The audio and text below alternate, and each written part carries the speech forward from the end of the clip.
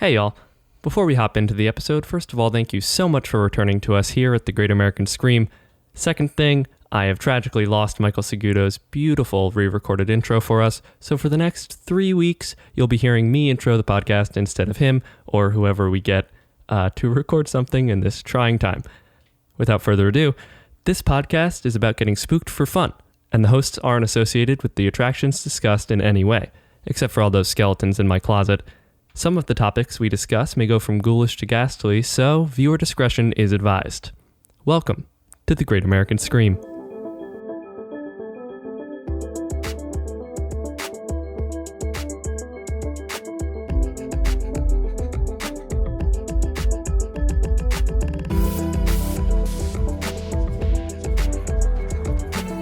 Hello and welcome back to the Great American Scream. My name's Devin Wright. Hi, my name is Adam O'Connell, and welcome back, everybody. Welcome back. It's been a while. Adam, how are you doing? I'm, doing spooky, You're doing spooky? I'm doing spooky 24/7, baby. That's great to hear. What are we going to talk about on this, our return from the deep dark abyss? Yes, so I would like to present a brief pitch meeting about why I think practical effects in horror movies are so much better than CGI. And part of this came up because within the past couple months, the film adaptation of Scary Stories to Tell in the Dark came out, which was incredibly exciting. I myself was disappointed by the movie. I thought it totally could have just been an anthology movie. Did you ever read those books as a kid?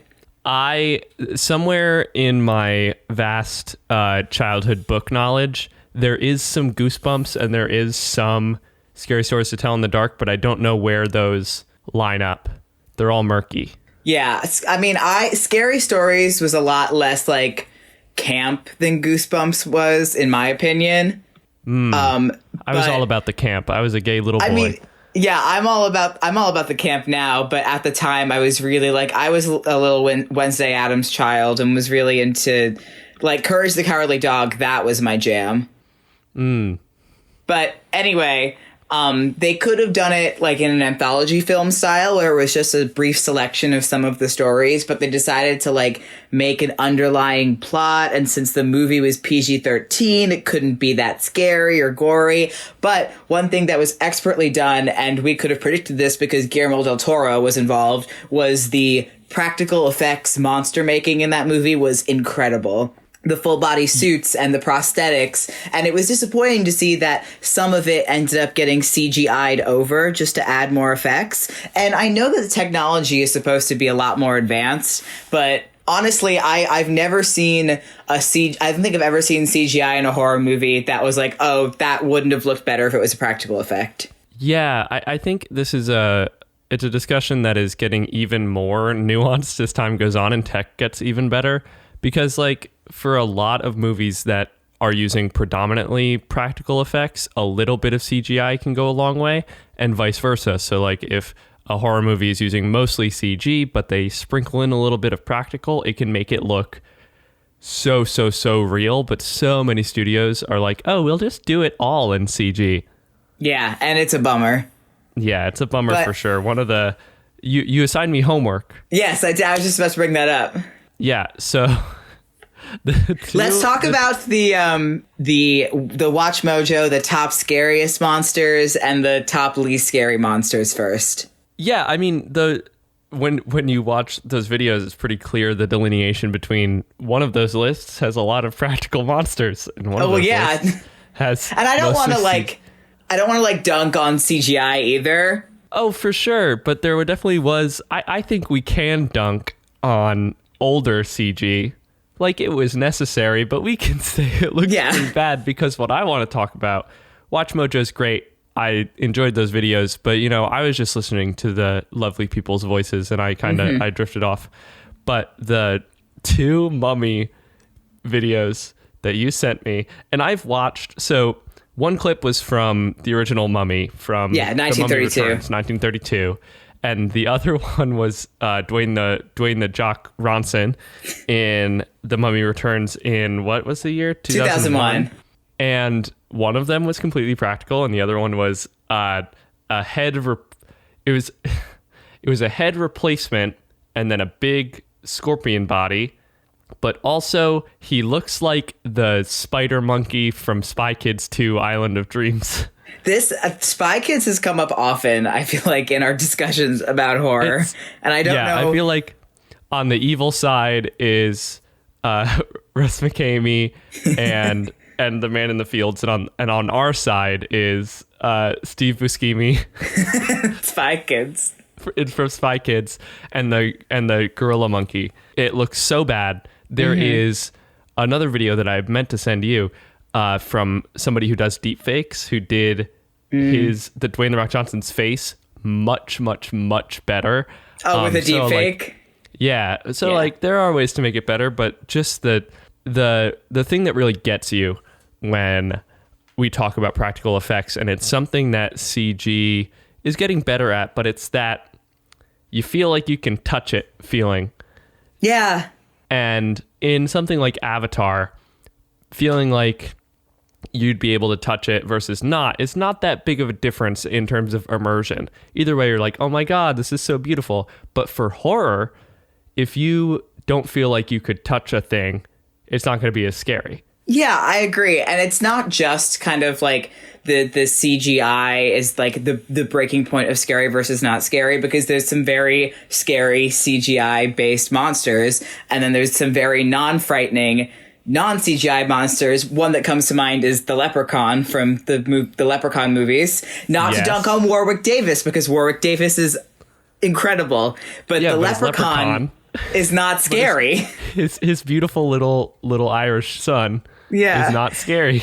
He's not scary. So I would like to talk a bit more about like what makes our favorite monster scary versus not scary. And a lot of that lies in the creature design, which I think is sometimes overlooked in modern film, as in like creature design has to have deep storylines behind it. You can't make something scary just to, we're just going to make it look scary by adding blood or adding whatever. There has to be, I think the deeper that the storyline that's carried through the creature design is, the scarier that monster is. And that really comes to fruition in the 1932 Mummy, just the way that he looks and the way that all of the things on him make so much sense, the way that the wrappings are, and the way he kind of evolves back into a human throughout the course of the movie, and then devolves back into a mummy. So those different stages of decay and stuff are really what I think brings that monster into the real world. And that can be said for all of the Universal classic monsters too. They invented kind of what we know as modern horror.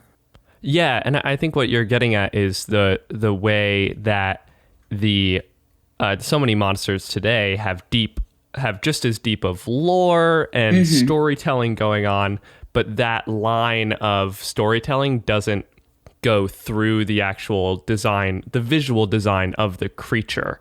Yeah, exactly. Like in something like The Mummy Returns in the 30s, you could tell that like the costume designer / the monster designer, which is what I hope to be credited as at some point in my life, saw the way the story informs the creature design. Yeah. Which is such a integral part. And it comes up whenever, like you and I in the theater world, it comes up whenever we are designing anything.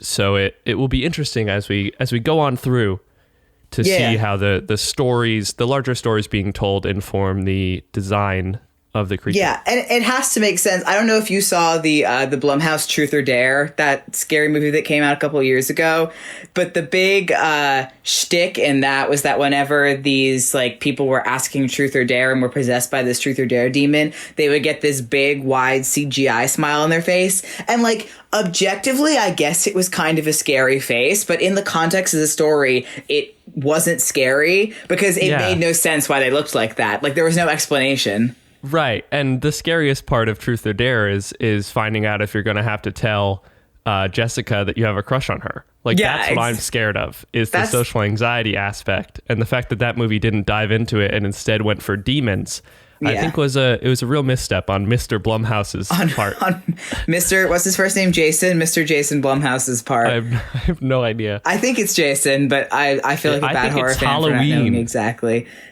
He was born Halloween Blumhouse. Blumhouse man. Years ago. Blumhouse is yes, Jason Blum. His name is not Blumhouse. Jason Blum. It's not Blumhouse. No, it's not Blumhouse. But anyway, so the Universal Classic Monsters, looking at them now, it's like, oh, that's not scary because effects have evolved so much since then. But in 1931, when Frankenstein came out, people were terrified. There were news stories. There was this one 18-year-old girl who reported being too afraid to go into her attic for weeks because she thought Frankenstein was going to be in there. She was just trying to get out of the chores. Grandpap told chores? her to go get boxes out of the attic, and she was like, I can't, Pap, I'm afraid Frankenstein's gonna get me. That girl threw us all for a loop. That's not a good bit. Anyway, But yeah, and they've evolved. So creature design has evolved so much since then, and monsters still make up a really big part of horror culture. Like a lot of it has shifted to kind of like ghosts or serial killers. But we've got Freddy Krueger, we've got Pennywise, and we've got that big monster in Cloverfield, the creatures in a quiet place. You don't ever see the monster in Cloverfield, right? That might be a bad example. Yeah, well, I think it can still be a good example in that. Yeah. The historical through line that we can draw is pretty.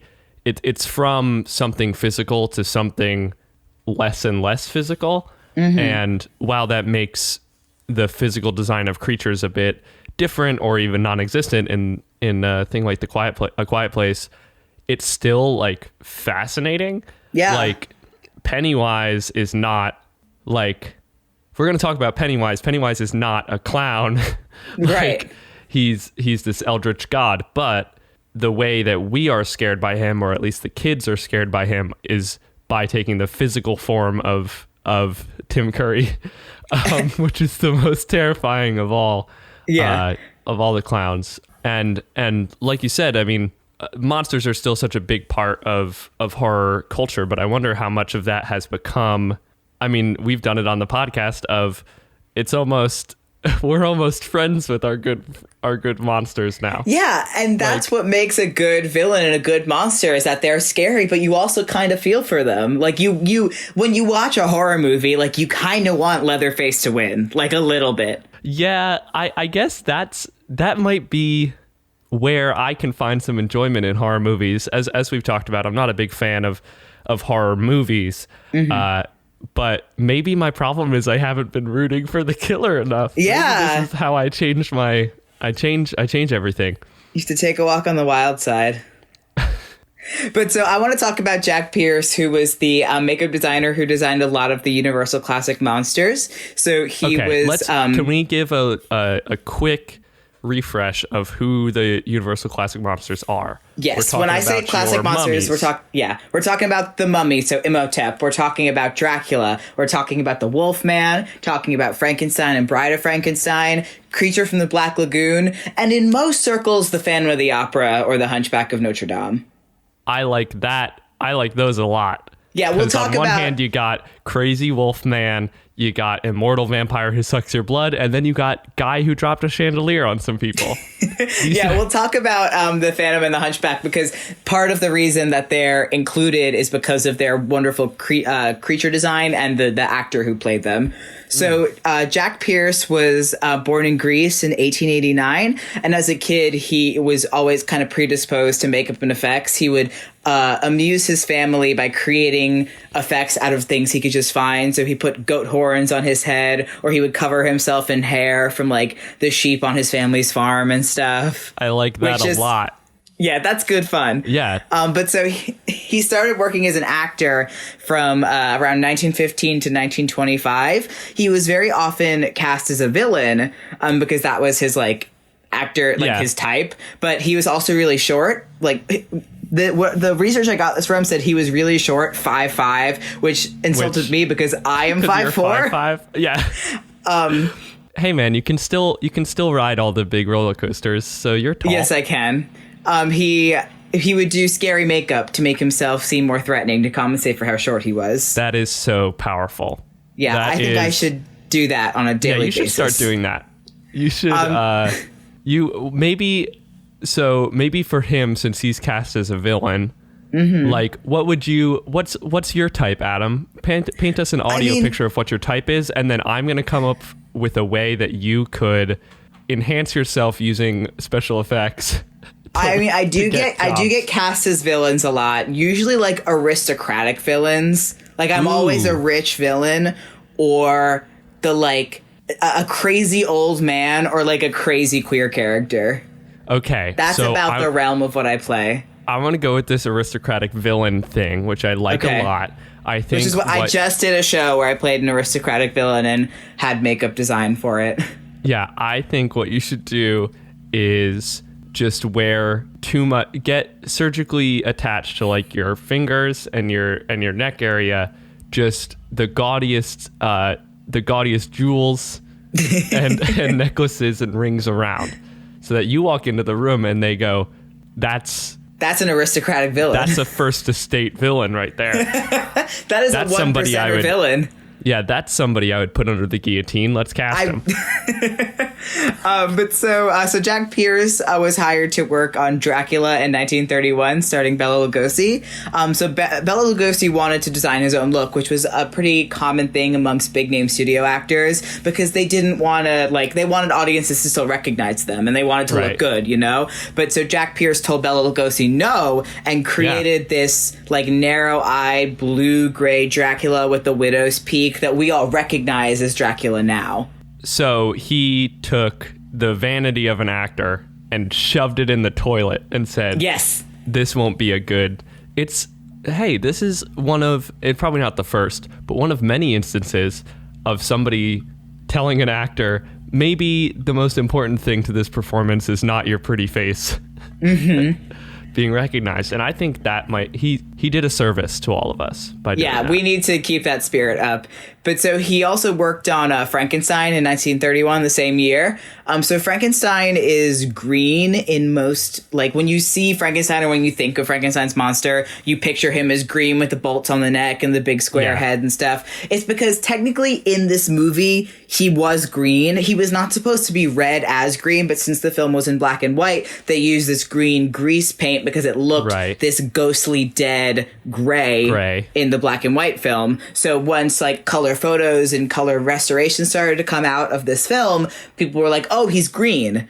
So Frankenstein's monster is green. In the book, he's yellow, like he's got like aging yellow skin that's stitched together and this long black hair. So he doesn't look anything like that in the Mary Shelley novel. Can we talk, do you ever hear a mandala effect of, I always thought Frankenstein's bolts were in his forehead.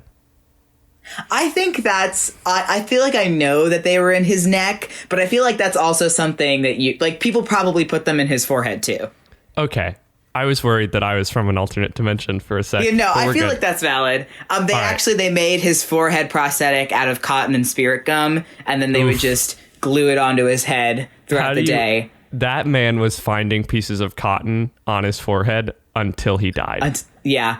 So some of the makeup that was later used on this actor, Boris Karloff, was found to be toxic. Probably the grease paint, which it happened a lot in old Hollywood. It happened to the actor who played the Tin Man in The Wizard of Oz. It happened in our middle school. We all had to get the asbestos out. It happens. Oh. Yeah, I know. Some girl in my high school got sick because on Spirit Day, she painted her face yellow with acrylic paint. Oh my God. It was very bad. But so that kind of grease paint isn't used anymore. So the whole process for Frankenstein took about 6 hours at first, and they got it down to 3, which is also common as makeup artists get better at putting on the stuff. It'll get a shorter time. They also used mortician's wax on Boris Karloff, which is a wax that is used by morticians and people who work in mortuary science and funeral homes to sculpt the features of dead bodies for funerals. That's what you should put on your face when you walk into auditions. Mortician's wax. A stronger brow. Yeah. Almost Frankenstein-like. Yeah, so much was put on Boris Karloff's eyes that he could barely see. which I imagine may have informed his like hobble or the way that his character moves. Shamble. That's in the book actually he had a beautiful gait. He walked like an aristocrat, but because the actor couldn't see, he had to shamble around.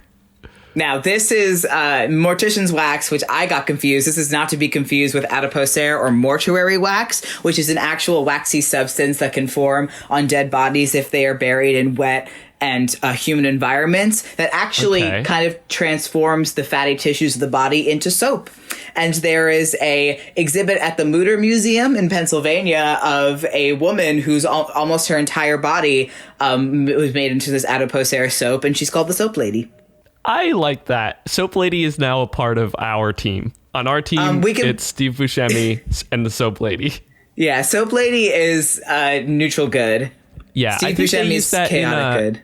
Let's going over to my genre of media in Fight Club. I think they use mortuary wax because when they kill the people to make the soap, or they cut off what do they do for? I don't remember. They get what's the thing you get when they suck the fat out of your body? Liposuction? Yeah, they get liposuction and then they make soap out of it. Like the soap that says Fight Club. That one? Yeah, it's been a while since I've seen that homoerotic film. Oh, it's so not even homoerotic, just homo. Yeah. Chuck was a gay man. Anyway.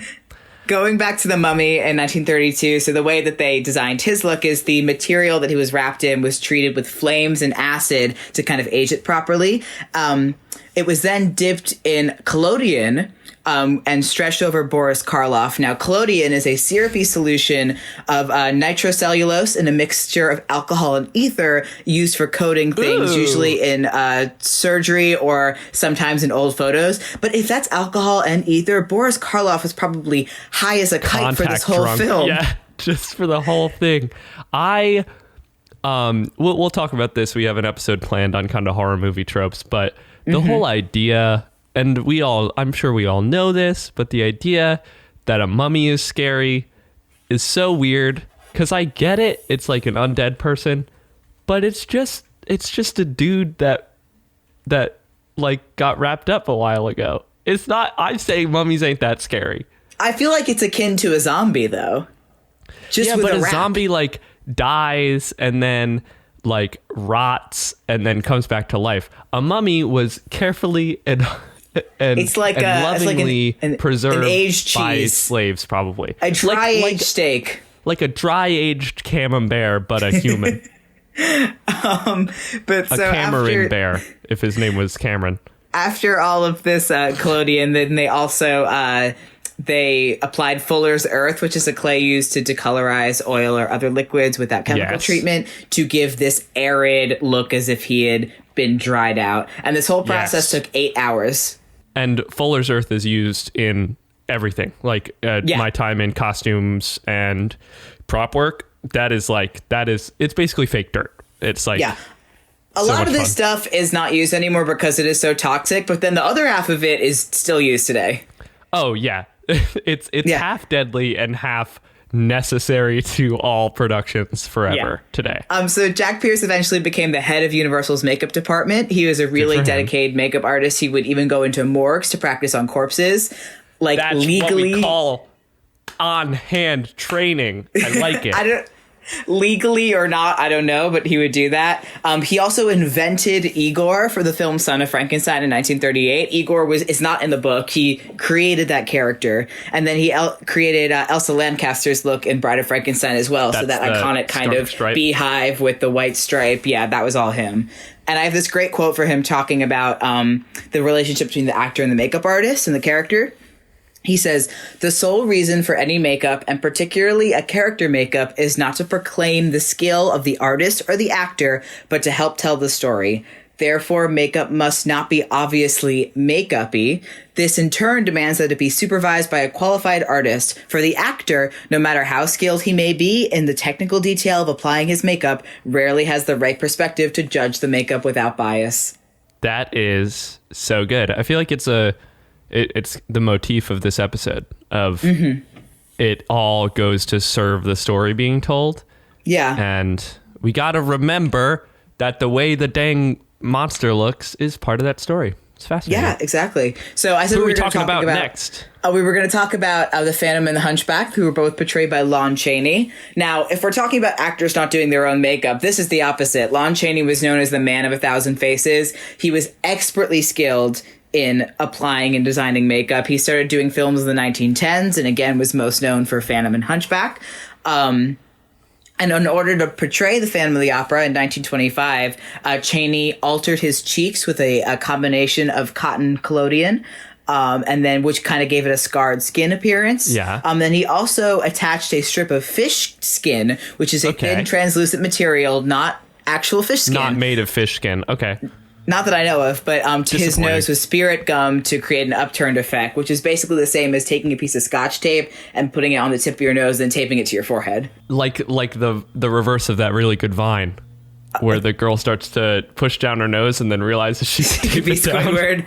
That was the reverse of that was Lon Chaney in his dressing room with some Scotch tape, and he'd be like, "What if I?" And he got really excited, and he started taping up his nose. And the upturned nose was further enhanced by a wire running from the tip of his nose to under his bald cap, which often gave him nosebleeds, which I bet he just acted through. Like, he just used it. Yeah, I'm sure he did. That's every actor's dream. Yeah. Getting a spontaneous nosebleed that they get to act through. Yeah, it's like Leonardo DiCaprio shattering his hand or whatever during... I was just about to talk about that, yeah. Every method actor's dream. Yeah, but so... hurting themselves. He did Hunchback in 1940, and he wore a 40-pound rubber hump on his back and a harness that contorted his body so he couldn't stand upright. If you want to talk about method. Yeah, talk about method. Every single person who's ever played Richard III is quaking in their boots. Yeah. Like, that's a lot. We don't actually know a lot of his other techniques because he kept them a very closely guarded secret, including his, like, personal makeup kit. He wouldn't even tell his son, who is known Took it to his grave. Yeah, his son, Lon Chaney. He was buried in a tomb, and he was wrapped up like a mummy, and the only thing he kept with him was his makeup box that he wrapped up with him. So he didn't even tell his son, Lon Chaney Jr., who is known for playing the Wolfman a couple years on. Not to be confused with Dick Cheney, no relation, fortunately. No, fortunately. Well, there might be from... It's spelled Dick Cheney spelled with an E though, right? Yes, but the actor may not be related to Dick Cheney, but the monsters may be. Yeah, Hey-o. The Wolfman. But so we'll also talk about going kind of a little more into the future because, monster movies started to die out after the 50s, but then started to make a little bit of a comeback. And there are even some movies that are not explicitly like horror films that are still like have this kind of intricate creature design. Like John Chambers, he was the first person to ever win an Oscar for makeup for Planet of the Apes in 1968. It wasn't like an actual like winning one. It was an honorary Oscar because the Academy Award for Best Makeup wasn't established until 1981. But they were like, dang, these apes are good. How did you train them so well? Yeah. You get this honorary Oscar. So he made individual molds for every single one of the actors that played an ape. And if you saw that movie, there's a lot of them, including all the extras. Oh, yeah. He made these foam masks that were glued to their heads with spirit gum, and then he would add the wigs and fake teeth and all sorts of other latex. Now, he said he deliberately altered the appearance of the apes to make them more attractive. Y'all. It was to get that Oscar. He was like, I know what'll get that. If they're a little sexy. I know what'll get the Academy. Yeah, I know what'll get the Academy all riled up. If these apes. If I make them, I'm going to bleep this. If I make them super then I'll get the Oscar. If they're a little sexy. John Chambers was also known for creating Spock's pointed ears in the original Star Trek, which I guess are also a little sexy. Yeah, he balanced it out. He made a bad thing sexy so he could make a good thing sexy. Yeah. We'll talk about Dick Smith, too, who was a makeup artist who invented the recipe for fake blood in the film Midnight Cowboy that is still in use today.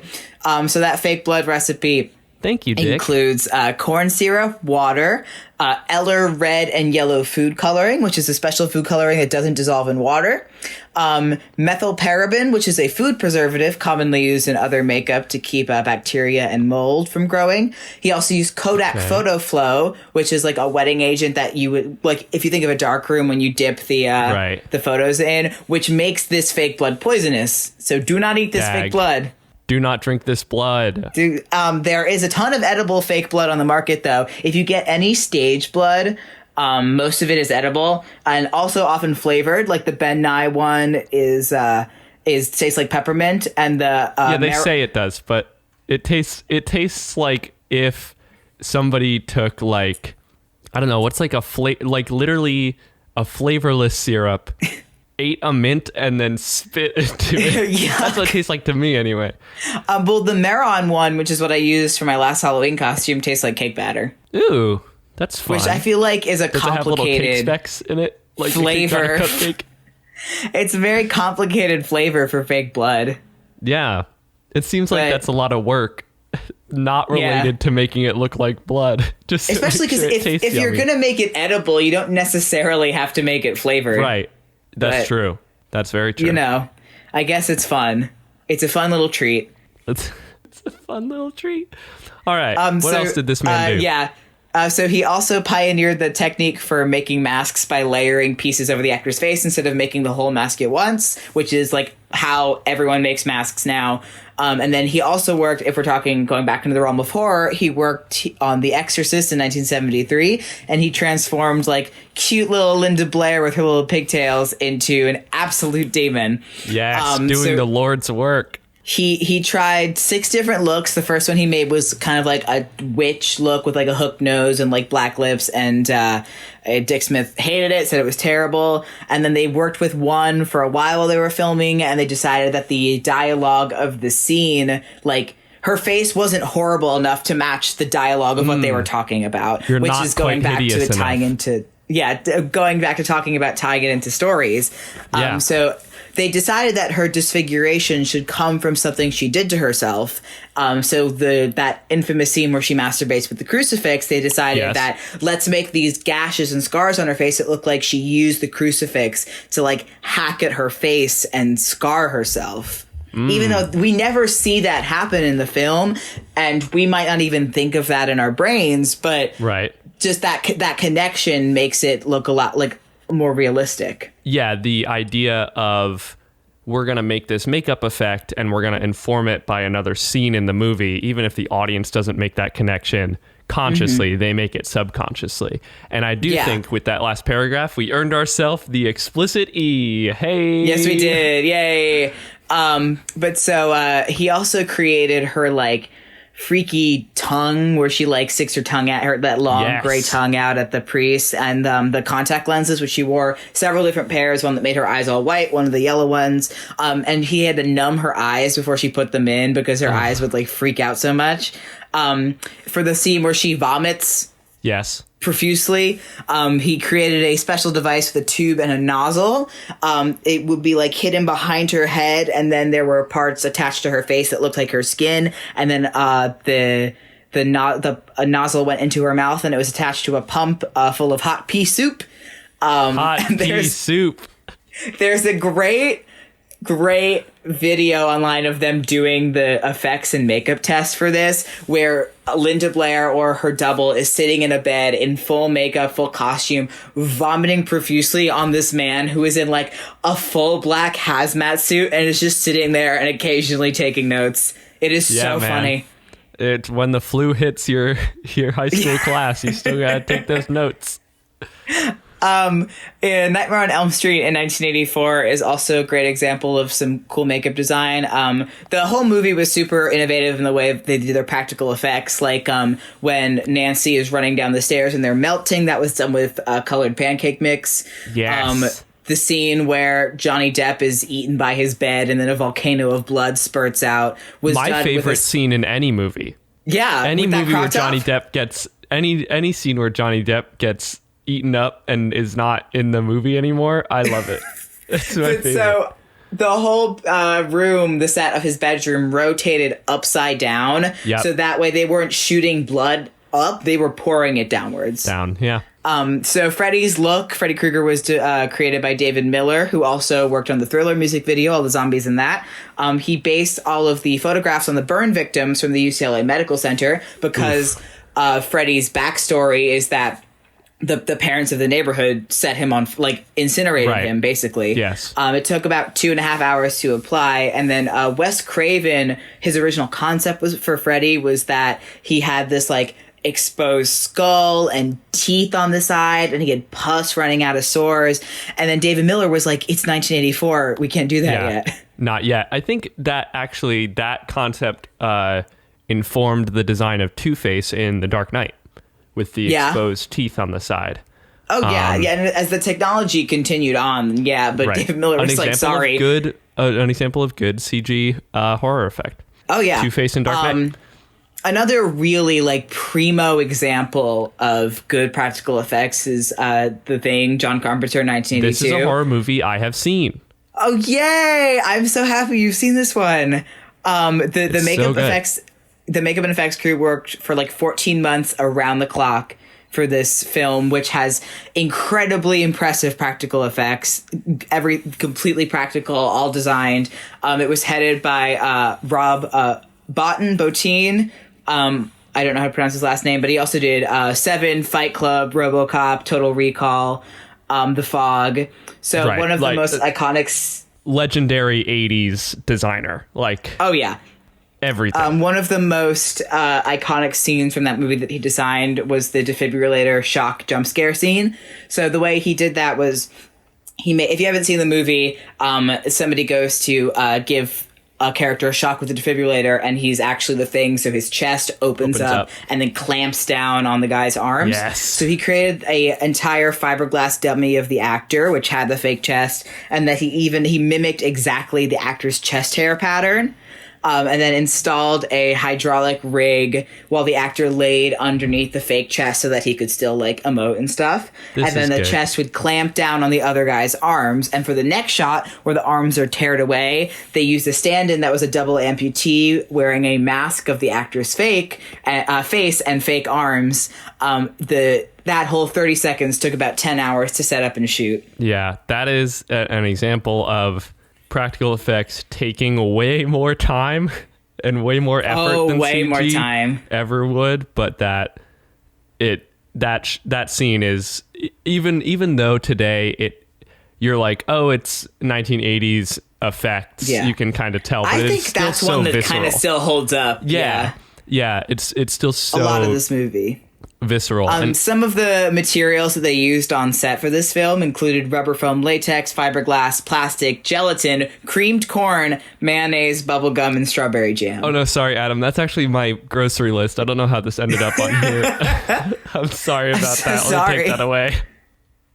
All right, I'm sick of these old people movies. Bring me into the modern era. So let's talk about the It remake. Yes, my good friend 2017, Pennywise. And this past year with It Part 2, which I think is a great example of, because Bill Skarsgård did such an amazing job as Pennywise. It goes to show that no matter how good the design is or the makeup artist is, that the actor has to wear the makeup and not vice versa. And although I can't imagine getting into amazing designs like that and not just completely going full spine into it. Right. When we talk about actors not wanting their faces to be covered up and that kind of thing, often it comes from a place of a healthy amount of ego that an actor needs to be successful. But a lot of the time we're shooting ourselves in the foot, because when an amazing makeup job is done on you, when you put on an amazing costume, it makes you a way better actor, because you look in the mirror and you're like, oh, I'm Pennywise. Like, oh yeah. Yeah. So his design started out taking about 5 hours to apply, and then once I got good at it, took about 2 hours. His whole, like, big bulbous head was one big prosthetic. That was actually just Bill Skarsgård. He brought that in. Since his head looks like the big buck teeth and the fangs that he wore were made to make him drool. So that way, like, when he's, like, hungry for children, yeah. he would drool. But that thing where his eyes look in two different directions, that is all him, baby. There's a video of the director, I think, where he talks about the time Bill told them that he could do that. I thought it was, Bill Hader. I think it was Bill Hader talking about it. Yeah. Also, the thing in the first movie where he hides himself in the fridge and then like twists like a balloon animal out of it. It was partially CGI and partially wires, but he still had to get his like 6'4" self into that little fridge. So he trained with a contortionist to stuff himself in there. A perfect like confluence of practical effects, practical training, and CG and wires. It is not. Yeah, because there's some stuff you literally can't do with practical effects. Right. Like in that, you see him come out and his chest twists all the way around like 3 times. Right. Which you can't do 90% of that without CG. But then if you do the 10% practical, it makes the CG look even more real. And although it's only 3 years old, it holds up incredibly well. Oh, yeah. Let's also talk about the movie from the same year, The Shape of Water, which is not really a horror monster movie. Yeah. Right. But it is. Yeah.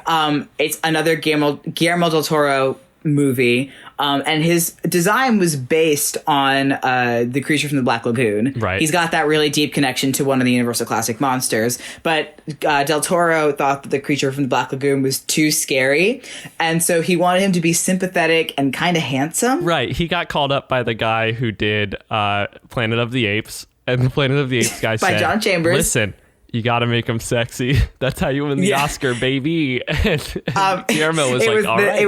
It was actually designed by Shane Mahan and Mike Hill, and Del Toro wanted him to be, quote, the Clooney of Fishmen. Ooh, I like to consider myself the Clooney of Fishmen.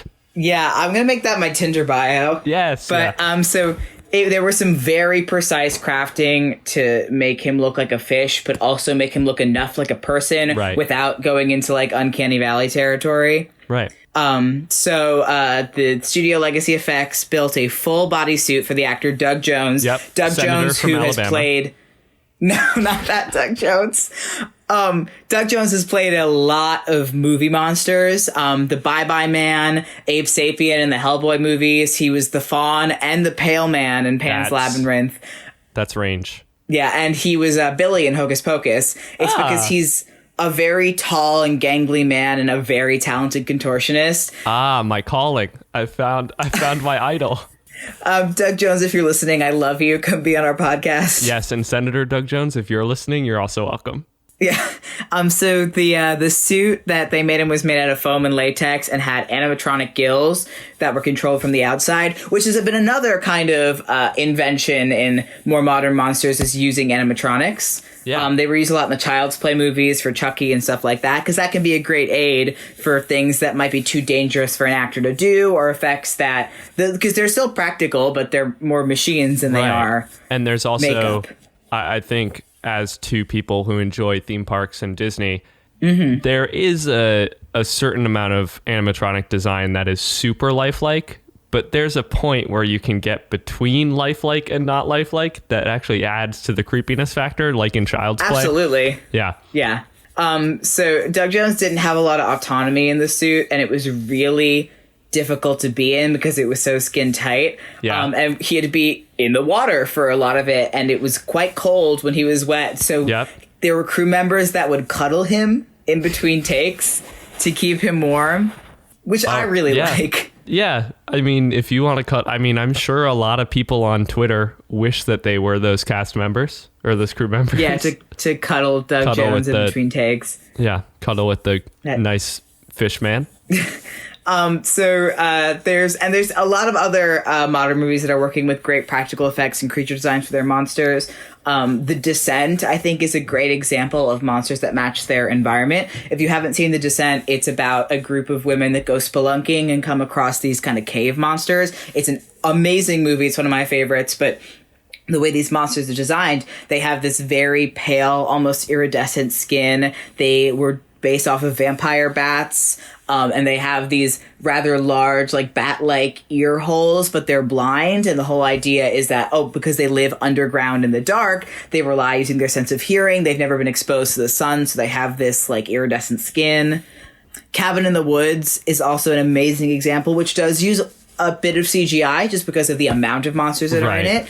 But they had about 3 months to create over 100 unique creatures for that scene towards the end where they're all let loose. Yeah. The Sugar Plum Fairy is a great example, which is, if you haven't seen it, is this little ballerina whose whole face is this gaping mouth with teeth. Yes. And my favorite monster from this movie, or perhaps monster ever, the merman. Okay.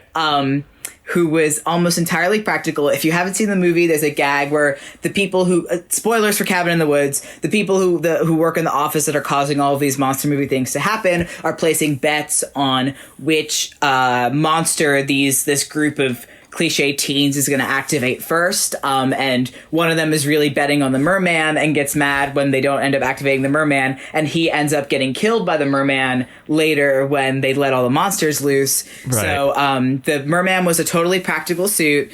For the performer on set, it was apparently very painful makeup to be in. He was almost completely immobile because of how big and floppy the suit was. He was basically like a fish for 12 hours and had to be carried around on a stretcher when they needed to move him.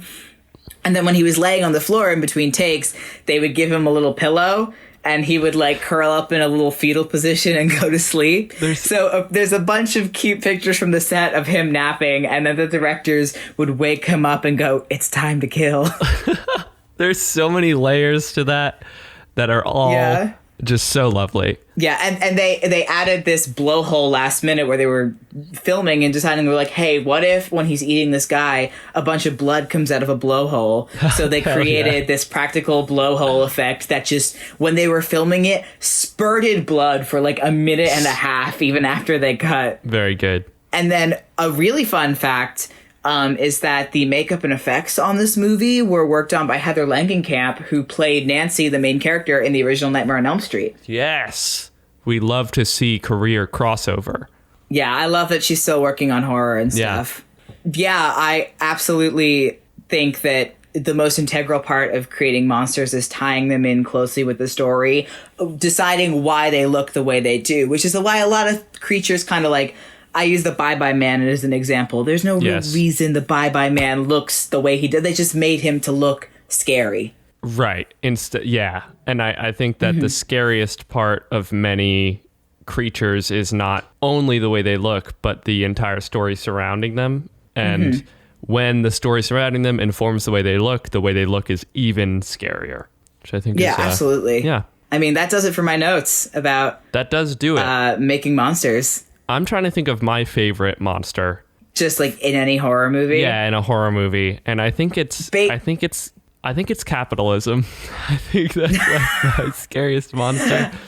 Yeah, I think I gotta give it to the merman from Cabin in the Woods. All right, so he's amazing. The two scariest creatures that actor wants to be decided. on our podcast too. If the merman actor wants to be on our podcast, merman, too, if you're out there, you're welcome. And Doug Jones. Capitalism, you're not welcome. All right, thank you so much for listening to this, our return. Thank you for to coming back on this journey. Yes. What do we gotta pimp? Our website is greatamericanscream.com. You can subscribe to us wherever you get your podcasts. iTunes is preferable. You can rate and review us there. That really, really, really helps out. You can tweet about us with the hashtag TGAM. And what's our Twitter? Our Twitter is at Great Scream Pod, P-O-D, and you can also check us out on Facebook at The Great American Scream. We want to say thank you to Michael Segudo, who did our intro bit. Yes, and we'd also like to say thank you. I gotta find it. Well, next episode is either, and these two are going to be coming out in... They'll be the next two. I'm just not sure of what order. Yes. But we are going to be talking about horror movie gimmicks and William Castle. And we're also going to be doing a sequel to our original Ritual Games episode. I am terrified just thinking about it. Oh, I'm so excited. Anyway, I have been Devin Wright. Yeah, and I have been Adam O'Connell. And go get spooked, is that what we say? Please, go get spooked. Go get spooked safely. All right.